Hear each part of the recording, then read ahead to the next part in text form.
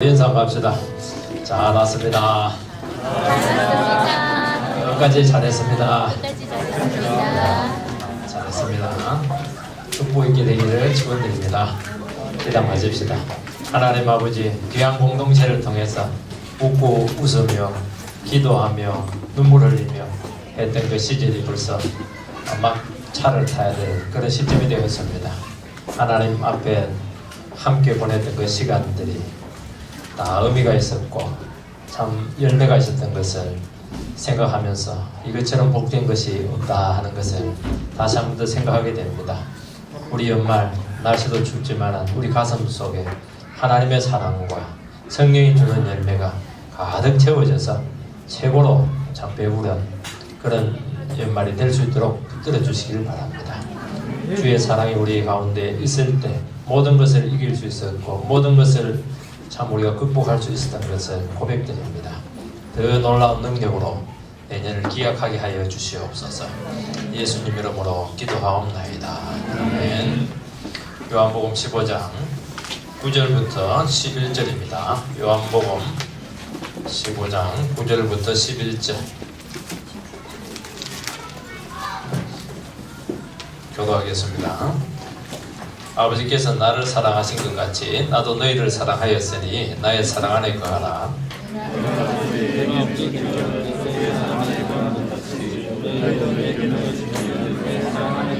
같이 읽읍시다. 내가 이것을 너희에게 이르면 내 기쁨이 너희 안에 있어 너희 기쁨을 충만하게 하려 합니다. 요즘 참 북한 사회가 참 당혹스럽고 좀 의구심이 일어납니다. 정상적인 사회에서 일어날 수 없는 그런 엄청난 비극들이 눈 하나 깜짝하지 않고 지금 일어나고 있기 때문입니다. 불안정한 사회의 전형적인 사실은 양상입니다. 이 현대의 왕조처럼 3대까지 이제 세습을 하게 되고 되게 이제 그 왕조 시대는 왕이 실권을 가지게 되지만은 또 2인자나 3인자에게 권력이 다 이렇게 이양이 됩니다. 주어지게 되는데 북한 사회는 절대 군주 외에는 조금 더 권력 이양이 용납되지 않는 정말 전제왕주의 전형적인 모습입니다. 사회를 보면 통치자에 대한 맹목적인 충성 맹세, 여러 같은 박수를 요리 치면 안 되고 이렇게 해야 됩니다. 통치자의 장례식 때 눈물 흘리고 울부짖는 모습을 보면서 저게 진정 마음에서 우러난 것인가 아니면 세뇌되어서 순종형으로 바뀐 로봇 같은 모습이냐 하는 것입니다. 더 이상 인간일 수 없는 억압된 사회의 그런 부자연스러운 전형적인 모습이 사실은 다 드러난 겁니다. 이런 사회, 이런 공동체 안에 있을 때 이게 자유가 있겠습니까? 사랑이 있을 수 없고 평안이 있을 수 없고 거기서 어떻게 자발적인 기쁨의 순종이 나올 수가 있겠습니까? 진정한 연합의 모습을 보일 수 있기 때문에 그런 이상한 공동체에서는 전부 다 이상한 일들만 나타나게 되어 있습니다. 좋은 열매가 나타날 수가 없어요. 계속 끔찍하거나 불길한 일들이 아마 계속 나타나게 될 겁니다. 본문은 주님께서 제자들에게 너희들은 내 사랑 안에 거하라 그렇게 말씀하고 있습니다. 주님은 끔찍한 전제군주의 사랑이 아닙니다. 정말 그 사랑의 주도권을 가지신 그 사랑, 섬기는 사랑, 희생적인 사랑이었죠. 주님이 제자들을 떠나겠지만은 너희들 얼마든지 나로부터 받은 그 사랑 안에서 얼마든지 살아갈 수 있고 그 사랑이 모든 불안과 두려움과 염려와 억압과 위축을 물리치고 진정한 기쁨과 평안과 창조적인 에너지를 너희들의 삶 가운데 계속 주게 될 것이다 하는 겁니다. 그래서 주님 안에 사랑 안에 거하는 방법은 뭐냐? 내가 준 계명 그 말씀에 순종할 때 오게 된다 하는 겁니다. 오늘 우리들의 문제는 바로 이 부분이죠. 주님의 사랑에 대한 그 인식 부족입니다. 그리고 그 사랑의 의심에서 오게 됩니다. 오늘 온전한 사랑을 회복하게 되기를 주님의 이름으로 축원드립니다. 첫 번째는 사랑으로 창출되는 공간이 뭐냐 하는 겁니다. 9절 말씀을 읽어보면 아버지께서 나를 사랑한 것 같이 나도 너희를 사랑하였으니 나의 사랑 안에 거하라. 주님은 말씀이 제자들 안에 살아서 역사할 때 진정한 역사와 열매가 나타난다 하는 것을 우리 지난주에 배웠습니다. 그리고 제자도의 삶이라고 하는 것은 말이 아니고 정말 변화된 삶의 열매로, 하나님의 건도의 열매로 나타나게 된다 하는 겁니다. 이것은 어떻게 보면 제자들이 감당해야 될 의무조항입니다. 주님은 이제 이번에 잠깐 화제를 돌려가지고 제자들에게 나의 사랑, 하나님의 사랑에 대해서 지금 말씀을 하고 있습니다. 주제가 바뀌었죠. 이것은 열매를 맺고 말씀에 사로잡히는 삶이나 주님 앞에 자기 자신의 인생을 드리고 제한하는 이 모든 것은 자칫하면 너무 힘든 의무조항이다 고 우리가 느낄 수가 있기 때문입니다. 억지로 감당해야 될 제자로서 어쩔 수 없는 훈련과도 같은 그런 삶일 수 있지 않겠느냐. 신앙생활 너무 답답하다 그렇게 생각할 수 있습니다. 주님은 절대로 그렇지 않다는 것입니다. 이 모든 일들이 이루어지게 되는 데 있어서 필요한 에너지와 근본 동의는 결국 나의 사랑 안에 있다 하는 것을 말씀합니다. 사랑의 힘이 모든 아름다운 열매와 창조적인 삶을 일으키는 공간을 너희들에게 충분히 창출해낼 것이 그 안에 있기만 하면 너희들은 열매를 맺을 수가 있다 하는 겁니다. 여러분, 아버지께서 나를 사랑하신 것 같이 나도 너희를 사랑했다. 이것은 사랑의 주도권이 하나님께 있고 이 사랑이 아들 주님께로부터 나타나게 되었고 그리고 그 사랑이 제자들까지 내려왔다 하는 것입니다. 우리나라에 말해도 내리사랑이라는 말이 있지 않습니까? 부모가 자식을 사랑해야 되고 형님이 동생을 사랑해야 된다. 사랑은 아래로 흘러간다 하는 겁니다. 반대로 사랑이 올라갈 수 있는, 거슬러 올라갈 수 있는 건 없냐? 그런 건 사실은 없습니다. 단지 위에서 아래로 흘러내려온 그 사랑에 대해서 그 반응으로서 위로 거슬러 올라가는 것이지, 사랑은 반드시 사랑의 주도권을 가진 그 사랑의 동인에 의해서 흘러내려가야 되는 것입니다. 수원지에서 흘러가듯이. 그래서 이 사랑이라고 하는 것은 사랑해라 그런 법을 만들고 강요한다고 되는 것이 아니고 사랑의 주도권을 가진 쪽에서 먼저 사랑을 창출을 해내야 돼요. 사랑을 만들어내야 됩니다. 가진 자, 힘 있는 자, 위에 있는 사람들이 먼저 희생하고 사랑해주고 그냥 분위기를 좋게 해주고 이렇게 하면 샘물처럼 이게 사랑이 올라와가지고 자연스럽게 흘러내려가게 된다는 겁니다. 반대로는 안 됩니다. 지금까지 인간은 하나님의 사랑을 몰랐습니다. 인간의 제가 하나님의 사랑의 흐름을 철저히 찾아내기도 아무리 사랑을 창출해도 이게 막혀있기 때문입니다. 예수님께서 죄를 해결하심으로써 이제 하나님의 사랑이 우리에게 흘러 들어올 수 있게 되었습니다. 하나님은 원래 사랑이다. 그래, 사랑이라고 하는 것은 뭐 의롭다, 뭐 거룩하다 이런 하나님의 그 인품 요리 중에 하나고 하나님의 본성의 기본 중에 기본이 이게 그 자체가 사랑이라는 겁니다. 왜냐면 하나님 속에 거룩이 있지 않습니까? 거룩 속에 사랑이 기본적으로 깔려있는 겁니다. 하나님은 선하시지 않습니까? 그 선하심 속에 사랑이 깔려있는 것이죠. 하나님은 의로우신 분이십니다. 그 의로움 속에 사랑이 또 포함되어 있는 것입니다. 그게 다 깔려있는 거예요. 하나님 사랑이라고 하는 것은. 여러분, 의로우심을 한번 생각을 해봅시다. 하나님의 의로우심은 막 생각할 때 하나님 너무 어렵기 때문에 우리는 죄인이다, 우리는 심판받을 수밖에 없다, 정죄받는다. 그게 아니에요. 하나님 의로우심 앞에 우리의 죄성을 보게 하시고 그 죄를 돌이키도록 해서 하나님의 사랑을 받을 수 있는 그런 그릇으로 우리를 바꿔내는 그런 의로움이 있다는 것입니다. 그래서 어떤 죄인도 심판이 예정되어 있더라도 의로우신 하나님 앞에서 자기 자신의 죄를 발견하고 회개하면 구원이 오게 되는 정말 따뜻한 사랑이 포함되어 있는 의로움이 말하는 게 무슨 칼로 무 자르듯이 그렇게 하는 절대로 그런 의로움이 아닙니다.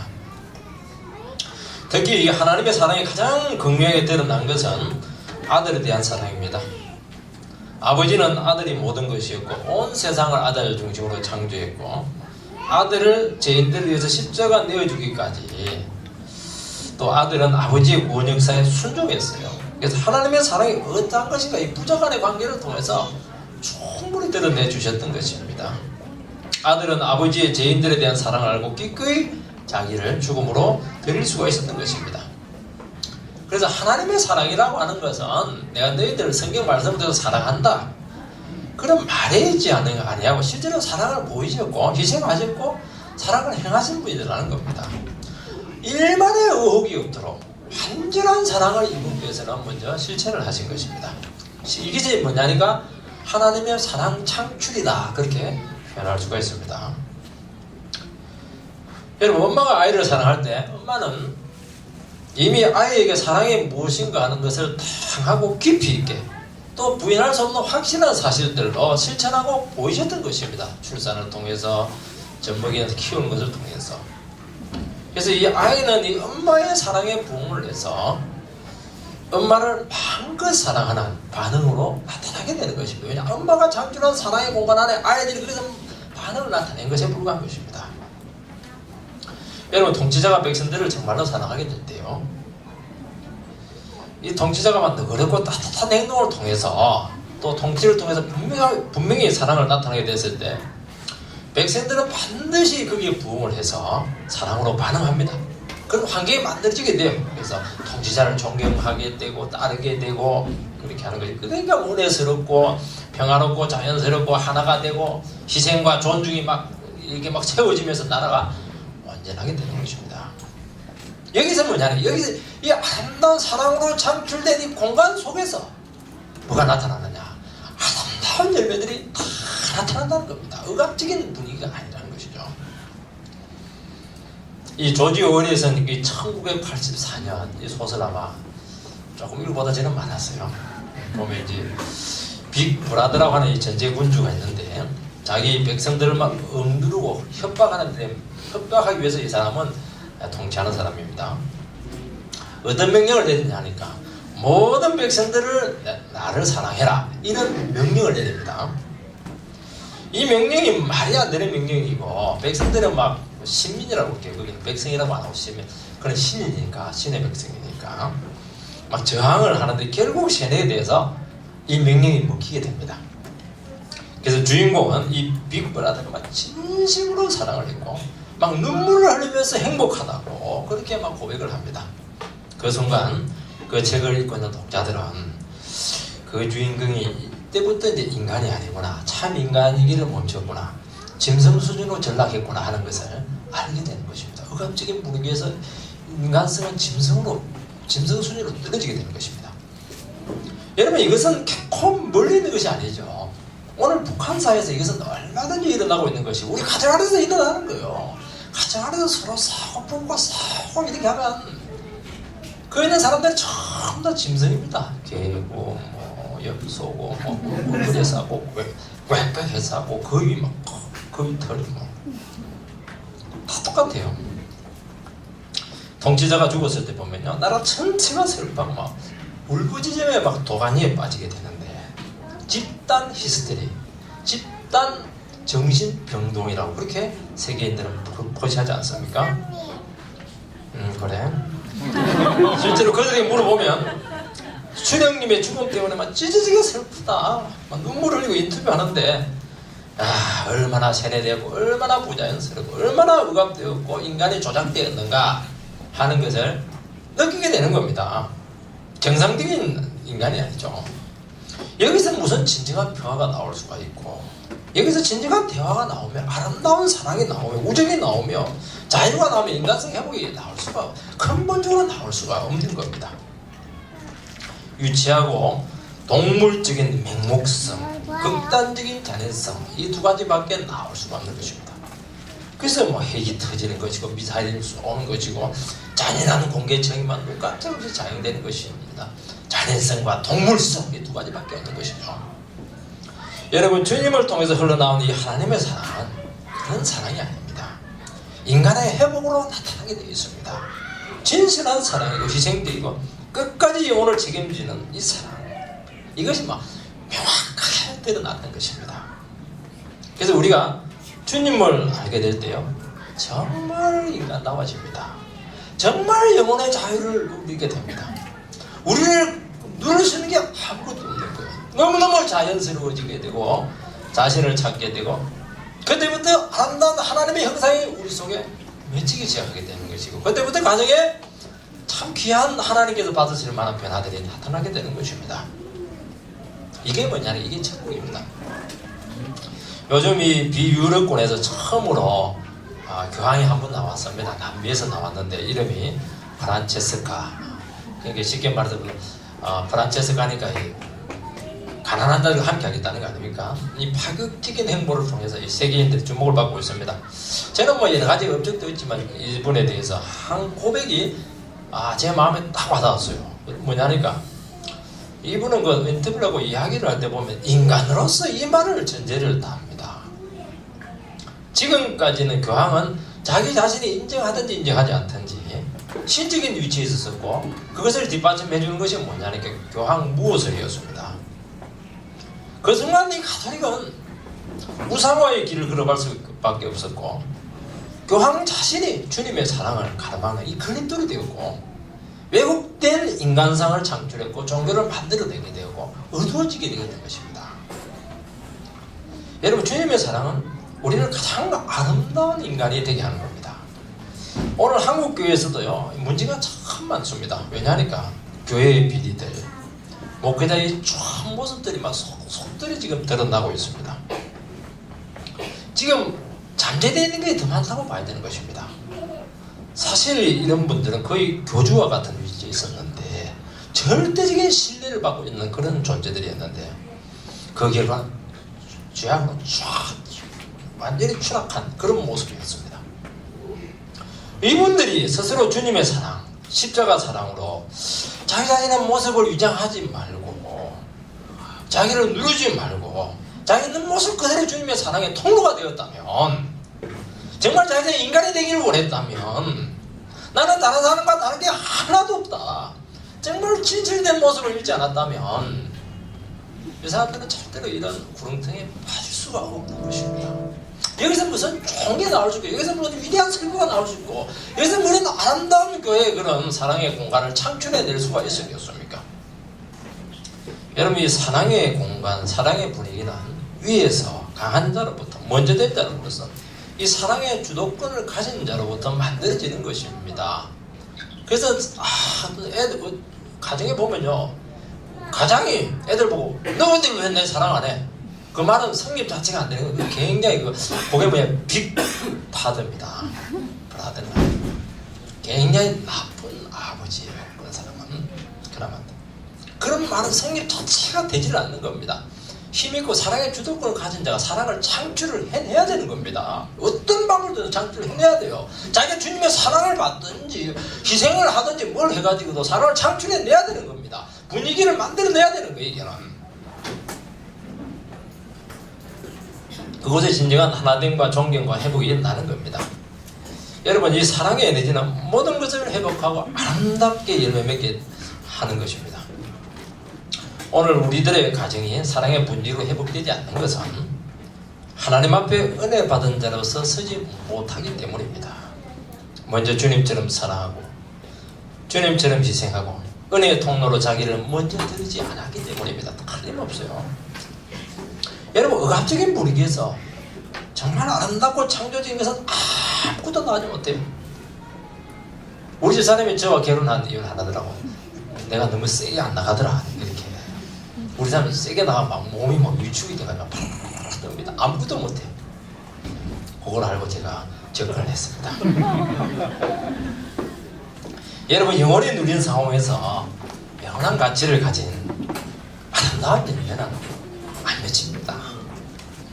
상처와 아픔과 분열밖에 없죠. 주님의 십자가 사랑으로 우리를 무장하게 될 때 그곳에 위대한 삶이 일어나기 시작하는 겁니다. 진정한 변화의 역사가 나타나는 것입니다. 우리의 참 삶에 주님의 사랑이 주입이 되게 될 때 여기서 역사는 이루어지는 겁니다. 그래서 성경에서는요, 뭐라고 말하냐니까 사랑으로 하지 않는 것은 전부 다 죄다. 사랑 없으면 내가 업적이 많아요. 그 전부 다 죄입니다. 그 죄. 그냥 중립이 아니에요. 위대한 업적이 아닙니다. 사랑으로 하지 않는 봉사, 죄입니다. 여러분들. 사랑 없는 자녀 양육, 죄입니다. 왜냐하니까 다 죄를 잉태하게 되고 나중에 분노의 열매를 아마 평생 아마 맛보게 될 겁니다. 먼저 되고 위에 있고 강하고 주도권을 가진 분들이 주님처럼 자기를 죽이고 겸손해지고 먼저 희생하고 섬기지 않을 때 그곳이 뭐냐? 그곳이 지옥인 것입니다. 주님은 나의 사랑 안에 거하라 명령하셨습니다. 거한다고 하는 것은 지난주에 말한 것처럼 한두 번 방문하고 뭐 얼굴 내 비우고 그렇게 하는 것이 아니고 영원히 함께 살아가는 겁니다. 그러니까 주님의 사랑 관계 영원히 살아가라는 겁니다. 여러분, 주님의 사랑에 대해서 절대로 의심하는 삶을 살면 안 된다는 겁니다. 여러분, 만약 자녀가요 엄마의 사랑을 의심한다면 그 아이는 엄마의 사랑을 확인하는데 모든 삶의 에너지를 다 소진하게 될 겁니다. 엄마 나 사랑해? 밥 먹을 때 눈치밥 먹고 혼나지 않을까봐 혹시 쫓겨나지 않을까? 얼마나 설거지도 대사고 애가 공포죠, 공포. 그 아이의 자아는 망가지게 되는 겁니다. 엄마의 사랑 안에 있을 때요 그 사랑을 누리고 즐기고 반응하게 되고 행복하다고 표현하게 되고 거기서 뭐냐니까 창조적인 삶이 만들어지게 되는 거 창출이 되는 것입니다. 여러분, 하나님의 자녀들이 주님의 사랑에 대해서 의심하게 될 때 그곳에는 아무것도 일어나지 않고 여러분의 인생을 계속 소진하게 되는 것입니다. 인간은 죄인이고 버림받은 존재이기 때문에 제일 안 되는 게 이 하나님의 사랑에 대한 확신이에요. 자부심이 되는 겁니다. 그래서 이 사랑을 온전히 누리지 못하는 삶을 살아간다는 것입니다. 이 다윗의 위대한 고백 중에 시편 23편 4절에 보면요 자기 이름을 위하여 의의 길로 3절입니다. 의의 길로 인도하시는도다 그런 말씀이 나옵니다. 다윗은 얼마나 고난에 많았고 죽음의 위기에 처해졌습니까? 그런데 다윗이 잘한 게 뭐냐, 이런 고백을 한 것을 보면 주님의 사랑을 끝까지 붙들었다는 겁니다. 쉽게 얘기하면 주님을 의지하고 나는 절대로 망하지 않는다, 이 위기 속에서 살아난다, 주님은 나를 이용하시고 버릴 뿐이 아니다. 평생의 신앙 고백의 증거가 여기서 다 드러났던 것입니다. 이것이 뭐냐, 이게 사랑 안에 거하는 겁니다. 주님은 우리를 사랑하시는데 우리 태도 보시고 행동 보시고 아니하시고 일방적으로 찾아오시고 그 사랑을 부으시고 그렇게 하는 겁니다. 여러분, 이 세상에서 가장 위대한 힘은 사랑입니다. 폭력이 아니에요. 어떤 사람들은 칼보다 걸이 더 세다고 하는데 그것도 아니에요. 칼, 걸 넘어가지고 사랑이 제일 센 힘인 것입니다. 죽음보다 강하다고 하지 않습니까? 하나님의 사랑은 주님의 십자가를 지게 했습니다. 주님은 가진 것 없고 의지할 것 없고 세력이 없었지만 항상 당당했고 위축되지 않았고 비굴하지 않았던 비결은 이 아버지에 대한 사랑의 확신에 대해서 한 번도 흔들리지 않았기 때문입니다. 주님은 이 사랑을 너희들에게 내가 주고 싶다, 너희들에게 내 주겠다, 지금 그렇게 말씀하고 있습니다. 여러분, 주님의 사랑이 우리에게 주입되고 확인될 때 모든 위기와 고난을 이길 뿐만 아니라 그곳에서 더 위대한 삶을 창출해내기 시작할 겁니다. 여러분, 우리의 상황이나 처지가 이해되지 않을지라도 한 가지만은 절대로 의심하지 않아야 되는데 주님의 사랑인 것입니다. 저희 가정에 이제 첫째 딸이 이제 태어났을 때 거의 시한부 인생이었는데 죽어가는 아이를 안고 부부가 결심을 했습니다. 하나님의 사랑을 의심하지 말자, 하나를 붙들자. 주님이 우리 가정을 사랑하고 있다, 그 얘기를 수도 없이 했고 애를 안고도 막 계속 하나님 너를 사랑해, 너를 사랑해, 너를 사랑해, 이게 노래였습니다. 그냥 하는 말이 아니고 또 하나 더 있는데 죽으면 죽으리라, 또 하나 더, 그건 2절이었습니다. 그 사랑이 우리 가정과 아이를 살렸고 우리 가정의 새로운 삶을 창출해냈던 것입니다. 이 사랑을 놓치는 순간 여러분의 인생은 끊없는 소모전으로 바뀌게 될 것이고 파행적으로 가다가 결국 무너지게 된다는 것입니다. 사랑을 확인하시기 바랍니다. 그렇다면 두 번째, 어떻게 사랑 안에 거할 수 있느냐 하는 것인데 10절입니다. 내가 아버지의 계명을 지켜 그의 사랑 안에 거하는 것 같이 너희도 내 계명을 지키면 내 사랑 안에 거하리라. 그것은 주님의 계명을 지키는 것입니다. 신비적인 세계에 처음에 빠지는 어떤 사람들은 주님의 사랑 받아라는데 어떻게 받냐니까 우산 속에다 기도하니까 막 사랑이 막 부어지더래요. 근데 그거 전부 다 안 좋은 사랑입니다. 신비적인 사랑. 말씀에 순종하는 겁니다. 여러분, 주님이 하나님을 사랑했죠. 그 증거가 뭐냐니까 주님은 아버지의 계명을 부단히 지키셨습니다. 의식적으로 지켰어요. 이게 뭐냐니까 아버지의 사랑의 확인이었습니다. 그때마다 아버지는 아들을 인정하셨고 그 사랑을 확인해 주시고 하늘에서 직접 육성으로 사랑한다고 했습니다. 특히 십자가를 지키기 위해서 모든 걸 내놓고 순종할 때 막 하나님의 사랑이 부어졌습니다. 아들에게. 이는 내 사랑하는 아들이요 기뻐하는 자다. 그런 말씀하지 않았습니까? 여러분, 말씀에 순종할 때 우리는 사랑 안에서 살아갈 수가 있습니다. 말씀을 벗어나느냐 할 때 우리 가운데 계속 하나님의 사랑의 확인이 나타나게 된다는 겁니다. 내 생각과 기질과 욕심이나 세상 욕망을 십자가에 못 박고 말씀을 붙들 때 강력한 십자가의 사랑이 우리에게 계속 임하게 된다는 겁니다. 여러분, 하나님의 말씀을 붙들 때요, 이 세상에서 모든 것을 다 잃을 것 같고 참 희생할 수밖에 없는 그런 생각이 들 때가 있고 핍박을 받기도 하고 어려움을 당하기도 하고 이렇게 하는데, 그때 우리 마음속에 말씀 버리고 내 마음대로 좀 살고 싶다, 이런 유혹과 충동이 온다는 겁니다.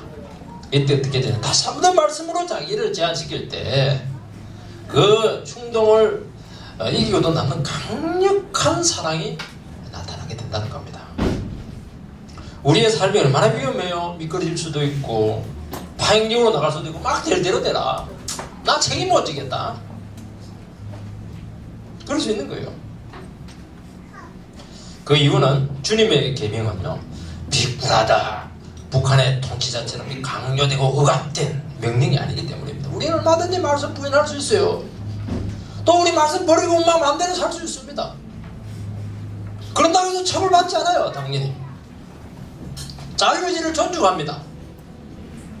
그런데도 그거는 뭐냐니까 하나님의 사랑이고 이거 자체가. 그런데도 불구하고 자기를 죽이고 자기 감정을 생각을 억누르고 자기 자존심 내려놓고 진리를 붙들 때 하나님과 위대한 사랑의 관계가 새롭게 맺어지게 되는 겁니다. 여러분, 우리 인생이 심판과 저주가 되지 않고 축복이 되려면요, 딱 하나밖에 없습니다. 그 사랑의 끈에 매여 있어야 됩니다. 우리는 지금 어떤 끈에 매여 있느냐 하는 게 굉장히 중요하거든요. 여러분, 인간이 우리를 실망시키고 인생이 우리를 속이고 막 세상이 우리를 버릴지라도요, 이 사랑의 끈에 붙들려 있을 때 절대로 방황하고 실패하지 않습니다. 이 사랑의 끈은 딱 하나입니다. 말씀을 붙들고 의지하는 때 이 사랑의 끈이 만들어지고 강력해지고 튼튼해지는 것입니다. 그래서요, 이 한 번 이 끈이 맺어지면요, 모든 것을 다 극복할 수가 있습니다. 어떤 분들은 저는 마음의 상처가 많아요. 인생의 아픔이 많아요. 버림받았어요. 원수들에게 막 짓밟혔어요. 이것이 이 사랑의 끈을 끊을 수 있느냐? 절대로 끊어내지 못합니다. 죽음보다 강한 거예요, 이게. 여러분, 이 춘향전에 보면 이 춘향이가 이 변학도 유혹과 핍박 속에서 막 정조를 지키는데, 이 정조를 지킨 끈이 이 여자가 독해서 그러냐? 독한 게 아니죠. 뭡니까? 이몽룡하고 이 사랑의 끈이 굉장히 강해서 그래요. 조금 이상한 사랑이긴 하지만 이 끈이 모든 회유를 다 버티게 했는데, 뭐냐니까 이몽룡이가 나는 반드시 네게 돌아오겠다, 이 계명을 하나, 약조를 하나 딱 하는 겁니다.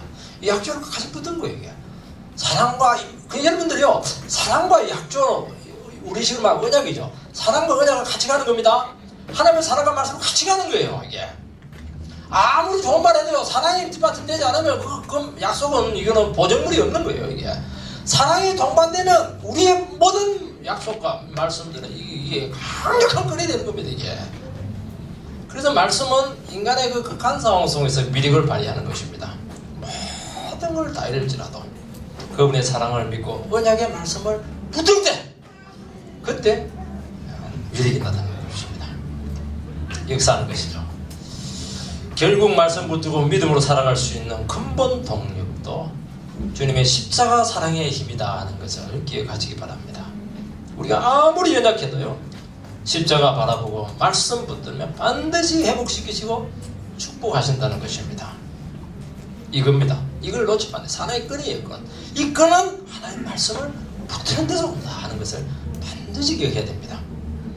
세 번째는 이 순종의 결과 오는 기쁨입니다. 11절 말씀을 보면 내가 이것을 너희에게 이르면 내 기쁨이 너희 안에서 너희 기쁨을 충만하게 하려 함이라. 내 기쁨으로 너희의 기쁨을 충만하게 한다고 말씀하십니다. 여러분, 주님의 계명에 순종하게 될 때, 그분의 사랑 안에 살아가게 되고, 이렇게 될 때 주님의 기쁨이 제자들에게 충만하게 채워진다고 말씀하고 있습니다. 우리는 우리의 기쁨만 원하는 것, 뭔가 얻은 것으로, 세상에서 얻은 것으로 참 기쁠 때가 참 많은데요, 이것은 일시적이고 부분적입니다. 완전하고 충만한 기쁨이 되지 못합니다. 상황이 달라지고 또 상태가 안 좋아지면 기뻤던 만큼 더해도 기분이 좋지가 않습니다. 저희 초등학교 때 이제 오래 달리기를 잘했어요. 전교 대표로 군대를 나갔습니다. 열심히 뛰어가지고 그거에서 1등을 했어요. 야, 금메달이다. 너무 기뻤습니다. 근데 그 다음 그룹이 한 그룹이 더 있더라고요. 여러분들이 더 잘 뛰어가지고 1, 2, 3등을 그 군대에 다 해버렸어요. 나는 4등. 굉장히 기뻤던 만큼 굉장히 슬펐습니다. 그거 하는데 딱 걸리는데 아마 한 10분 만에 기쁨이 싹 없어지더라고요.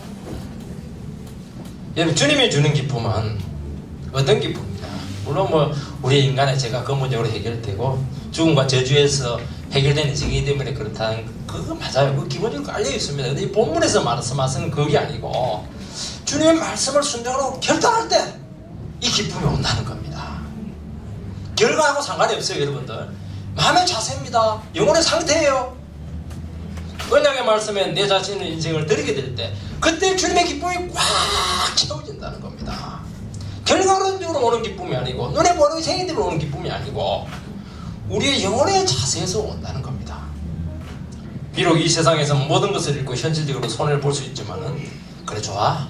그래서 나는 다 잃어버릴지라도 하나님의 말씀을 부인할 수 없어. 더 말씀을 붙들고 나는 결단하고 내가 서겠다. 언제나 순종하겠다. 이때 주님의 기쁨이 팍 채워집니다. 어떻게 채워지? 일단 기쁨이 채워져요. 빌립보서 4장 4절에 보면요, 주 안에서 항상 기뻐하라. 내가 다시 말하노니 기뻐하라. 바울 사도는 권면하고 있지 않습니까? 기뻐하라고 하는 것을 반복해서 말씀하시는 것은 강한 표현이고 또 현실적으로는 기뻐할 수 없는 상황이기 때문에 이런 말씀을 하시는 것입니다. 그런데도 불구하고 주님 안에서는 기뻐할 수 있다는 거예요. 힘들더라도 주님 의지하고 주님 주신 상황이고 주님은 어떤 어려움 가운데서도 나와 함께 하실 것이다. 이 믿음에 의해서 기꺼이 고난을 감수하고 하기로 결단하게 될 때 그때 어떠냐? 주님의 기쁨이 우리에게 꽉 채워지는, 그건 기뻐할 수 있는 거예요. 기뻐할 수 없는 데서 기뻐할 수 있는 겁니다. 믿음으로 기뻐하는 것이죠. 믿음이라고 하는 것은 눈에 드러난 실체는 아니에요. 마음의 자세인 것입니다. 그 순간 하늘의 기쁨이 우리에게 채워진다는 것입니다. 여러분, 주님께 모든 것을 의지하고 그분 바라보게 될 때요, 상황과 현실을 뛰어넘는 강력한 기쁨이 찾아옵니다. 기쁨이 찾아오면 불안함은 물러가게 되고 두려움은 사라지게 되고 위축은 없어지게 되고 당당해지게 되고 하나님의 존귀한 모습이 회복되지 않습니까? 주님이 우리 인생을 붙들고 계심을 확신하기 때문입니다. 바로 이 기쁨이요, 뭐냐?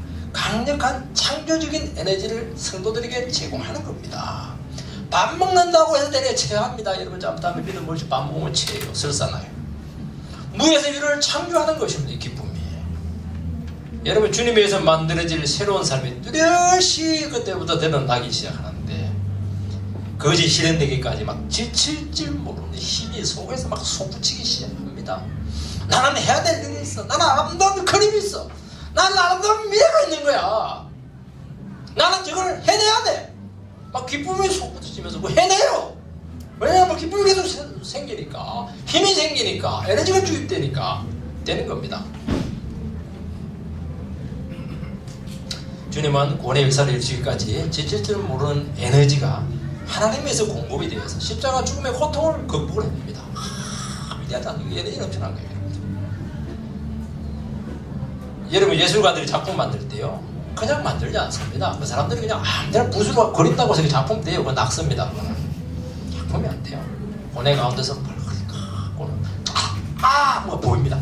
결단을 딱 내리지 않습니다. 그때부터는 막 밥도 안 먹어요. 장섭 이런 사람들 보면 막 아무것도 안 합니다. 잠도 안 자요. 팍 그리는데 명품 액자에 딱 넣어서 요즘 수십억을 호가하고 있습니다. 그 작품을 딱 보면 영감이 딱 들어오고요. 에너지가 넘칩니다. 팍 써는데 보면 막 그러니까 40억이 되는 겁니다. 40억. 돈 버는 거 간단합니다. 여러분은 뭘로 갖고 작품 만들려고 해요? 요렇게 작품 만들고 이거는 우리 자신의 작품이 되어버리면 이거는 돈하고 비교할 수가 없어요. 그러면 이게 상관없습니다. 여러분, 그리스도인은 주님의 기쁨이 항상 그 안에 있어야 됩니다. 그 기쁨은 말씀을 순종하고 믿음으로 살아가는 그 삶 속에서 솟아나는 것입니다. 기뻐야지 그건 자기 암시죠. 힘들어지면 덜 팍 쓰러집니다. 그리스도인이 힘을 잃고 낙심하는 이유는 딱 두 마음을 품었기 때문입니다. 돈과 주님, 말씀과 세상을 동시에 가지려고 하기 때문에 여기서는 기쁨이 나오지 않습니다. 이 주님이 말하는 기쁨은, 여기서 나오는 기쁨은 충만하지 않아요. 온전하지가 못합니다. 뭔가 찝찝해요. 뭔가 불안해요. 이게 뭔가 온전한 자유를 주지 못해요. 이런 기쁨들은 일시적인 기쁨밖에 되지 못해요. 영원한 기쁨 되지 못하는 겁니다. 하나님의 자녀들이 말씀 안에서 기쁨을 회복하기로 하면요, 모든 것을 다 회복할 수가 있습니다. 병을 치료해내요. 새로운 인생을 창출해내는 것입니다. 그러나 기쁨을 잃으면 아무것도 할 수 없고 좋은 것 다 없어지게 될 겁니다. 병 나게 되고 싸움에 분열 나게 되고 안 좋은 것 다 나타나는 겁니다. 기쁨만 회복이 되면 온갖 열매를 다 맺히게 될 것입니다. 오늘 시간 그 기쁨이 회복되기를 주님 이름으로 축원드립니다. 기도하도록 하십시다. 사랑이 얼마나 위대합니까? 알지만은 잘 안 되는 겁니다.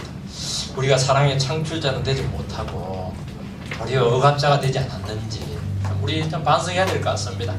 우리가 정말 기뻐하고 있는지, 무엇으로 기뻐하고 있는지, 참 우리가 정말 주님의 말씀을 의심하고 또 세상에 대해서 또 동경하지는 않는지 참 많은 생각을 하게 하는 말씀입니다. 우리 이것을 가지고 주님 앞에서 마지막 연말을 주님의 사랑으로 정리하는 그런 기도를 드리시기를 바랍니다.